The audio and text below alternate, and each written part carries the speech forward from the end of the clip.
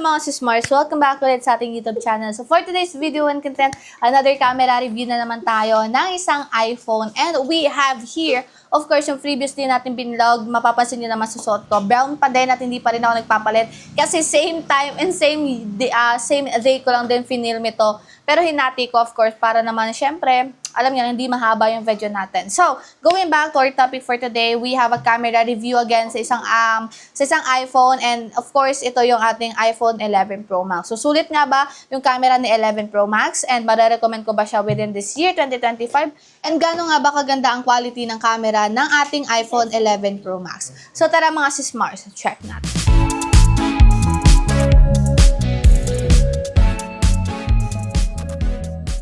Mga sismars, we have here the 11 Pro Max, 256 gig of storage. Sa recommended shops natin yan sa ZMB Cellphone Accessories, 19,000 pesos. So, meron pa yung discount, of course, basta make sure na nakafollow kayo sa page nila, nakasubscribe sa atin, at napanood nyo, of course, sa ating video right now. Na-share naman na ni J-Vlog kung ano nga ba yung specification ng ating iPhone 11 Pro Max. So, ang gagawin na lang natin is iti-check natin yung feature ng camera nito or kung gaano nga ba kaganda yung video samples, especially yung mga pictures na makukuha natin dito sa ating 11 Pro Max. So, medyo maganda ang panahon ngayon. As you can see, nandito kasi tayo ngayon sa Zambales at medyo magliwanag dito, madaming puno. So, tatry natin kumapture ng mga samples using this 11 Pro Max. So, let's check first the features of this 11 Pro Max. So, we have here the 11 Pro Max. Let's check the quality or the feature that we have. So, photo, we have here 0.5, 2 times zoom in, and then 1 time zoom in, sorry, and then 2 times zoom in. You can zoom in the photo up until 10. So, you can zoom in the photo up until 10. As you can see right there. We also have here portrait, panorama, video recording. So, video recording natin, support ito na 4K resolution na may 60 FPS. As you can see right there. And then, you can zoom in the video up until 4 times zoom in. But, you have an option for 0.5, of course. Since this is 11 series, alam naman halos lahat ng karamihan na sa camera, nagsimula ang 0.5 sa ating 11 series. So and so forth na yan mga sismars. We also have here slow-mo time-lapse. Ayan. Sa front-facing camera, we also have time-lapse. Ayan. We also have video, slow-mo, video recording. Support pa rin yung front-facing camera natin ng 4K resolution na may 60 FPS. Sa photo, of course, you don't have an option to zoom in na sobra. So, yes, you cannot zoom in the photo up ng sobrang zoom in talaga. But you have an option ng medyo i-wide ng very, very light.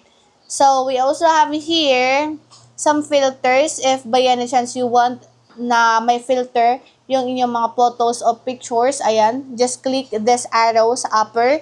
And then you have an option for flash, live photo, the camera ratio, the contrast, the timer, and also filter. Ayan yung mga filter na meron si iPhone. It depends on your preference if by any chance you want ng may filter. But since the camera of this iPhone is already good, I don't need anymore to use the filter of this iPhone. So let's try to capture some video samples using this 11 Pro Max. So video recording of 11 Pro Max, currently using the main camera with 12 megapixel. As you can see right here, ayan po ang aming baby na maasim. Oh. You can zoom in the video up until 2. Smile, baby. Smile. Nak, smile. Ayan. Ayan. You also have an option for 1 time zoom in. Si J-Vlog. Okay. So, hindi ako naglagay ng filter dito mga sismars. So, let's try the selfie camera. Same resolution din. So, video recording of 11 Pro Max, currently using the selfie camera. As you can see, ayan yung ating setup. Okay. Isang pasulip-sulip. Ano yun, Abiana? My husband. This is my husband. Napaka-pogi. Napaka-pogi. Ayan. So, yun ang ating video recording using the front-facing camera and also main camera ng ating 11 Pro Max. So, let's try to capture naman using the main camera of this 11 Pro Max. So, let's try this one. Smile ka, be. And then, portrait. Wait lang. Portrait na. Smile, baby. Okay. So, ito yung ating portrait. And then, ito yung regular camera. Regular camera. May extra large ba dyan? Ayan. Let's share the selfie camera, of course. May mga pictures na din ako dito kahapon kasi dinala namin tong cellphone na to sa Masinloc Baywalk. And may mga video sample and also pictures na din ako doon. So far, maganda naman yung camera ng ating 11 Pro Max. Malinaw naman yung mga nakita ko or nakuha ko mga pictures na to. You don't have to worry mga sis Mars kasi ilalagay ko na lang yan somewhere dito sa video natin. Yung ating mga pictures and also video samples. Okay? Recording of 11 Pro Max currently using the selfie camera. As you can see, ayan yung ating setup.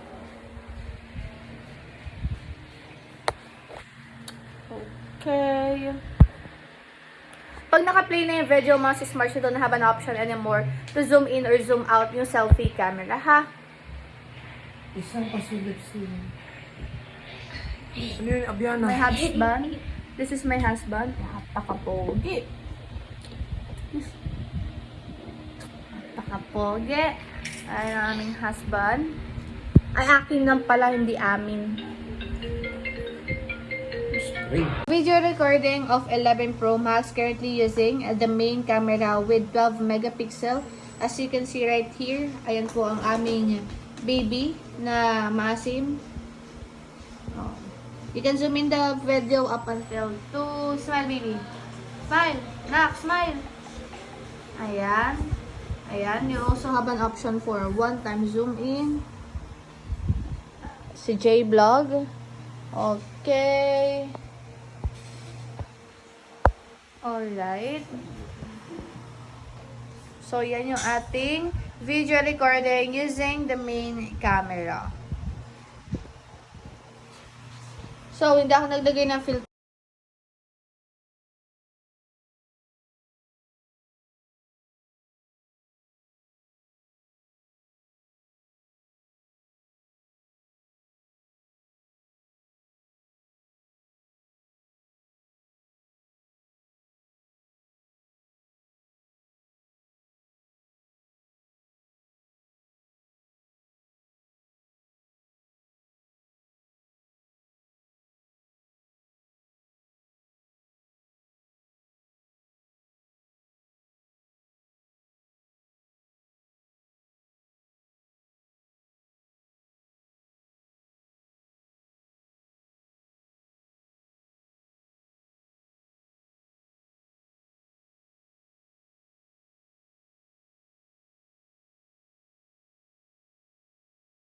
So, ito yung ating main camera ng ating iPhone 11 Pro Max. So, you can see. So, ito ang aming drinks na in-order from Teardrop. Pinaka-favorite ko talaga dito is ito, yung strawberry soda nila. Ano to? Strawberry soda, baba, diba? Yan, strawberry soda. This is 89 pesos, 22 ounce. And then, this one is a chocolate drink. Good for 85 or 85 pesos pala, sorry. So, this is a chocolate drink. This one is good for kids, mga sis Mars. Ang ganda. Masarap ito. Nagpa-add-ons lang kami ng coffee jelly. This one naman, syempre, para maiba naman kami. Kiwi. Ay, no, lychee pala in order ko. So, nandito sila sa Masinloc Baywalk. Masarap.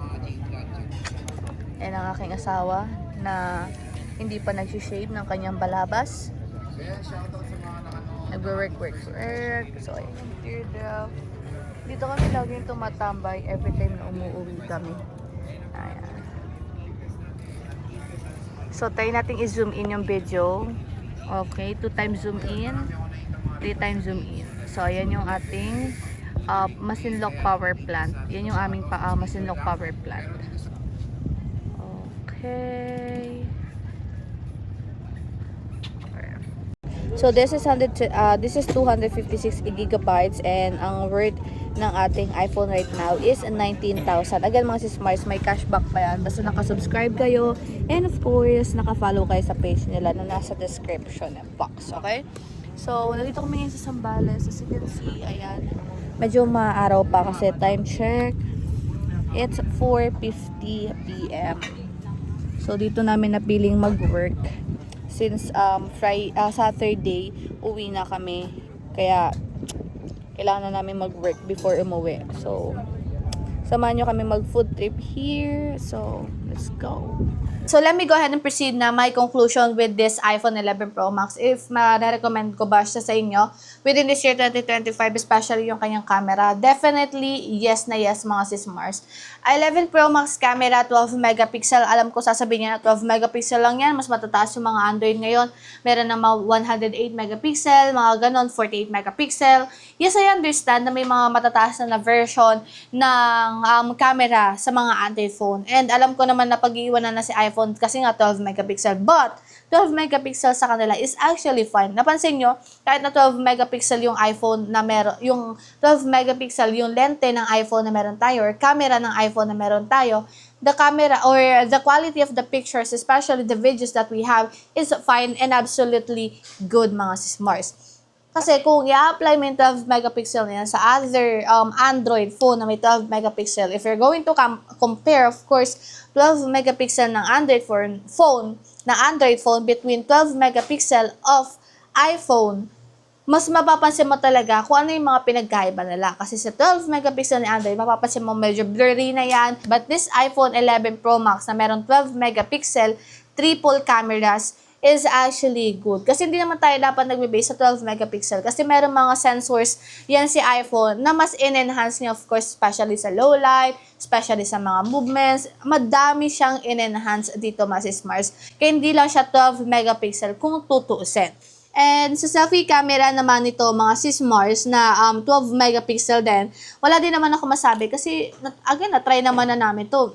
Napang-vlog namin to ng pandemic eh. At biruin nyo yun, 64 gig of RAM pa lang yung ginagamit namin na yun. At mabilis maubos yung storage namin yun, kaya transfer agad sa laptop or sa desktop namin. Pag na-transfer na, delete na namin agad sa iPhone namin. Para siyempre, 64 gig of RAM, mabilis talaga siyang maubos. So kung tatanungin niyo ako mga sis-Mars, yes, I can still recommend this 11 Pro Max, of course, within this year 2025. Kasi, again, yung quality ng camera niya is perfectly fine and para sa akin, masasabi ko siya na budget-friendly iPhone siya pagdating sa 11 Pro Max. Kasi 19,000 with 256 gig of RAM, 256 gig of storage is okay na yun eh. Kasi way back on pandemic, mataas ang presyo niyan eh. Magkano yung 256 nung pandemic? 80 plus. 80 to 90. 80,000 to 90,000 pesos yung price range niya no pandemic. But right now, mabibili nyo na lang siya na 19,256 gigabytes, of course, sa ZMB cellphone and accessories. So, yun lang mga sis-Mars yung aking impression and feedback with this 11 Pro Max pagdating sa kanyang camera. Again, I'm not a pro when it comes sa reviewing ng mga tech. I'm just sharing you guys my own experience based sa mga, alam niyo na, nakikita ko mga features and quality ng iPhone right now. So, yun lang mga sis-Mars. Hope na nakatulong ako sa inyo ng very, very light. Once again, my name is Maring Ana. Don't forget to follow me on my TikTok account, Ada Story. See you later sa ating next na camera review. Bye.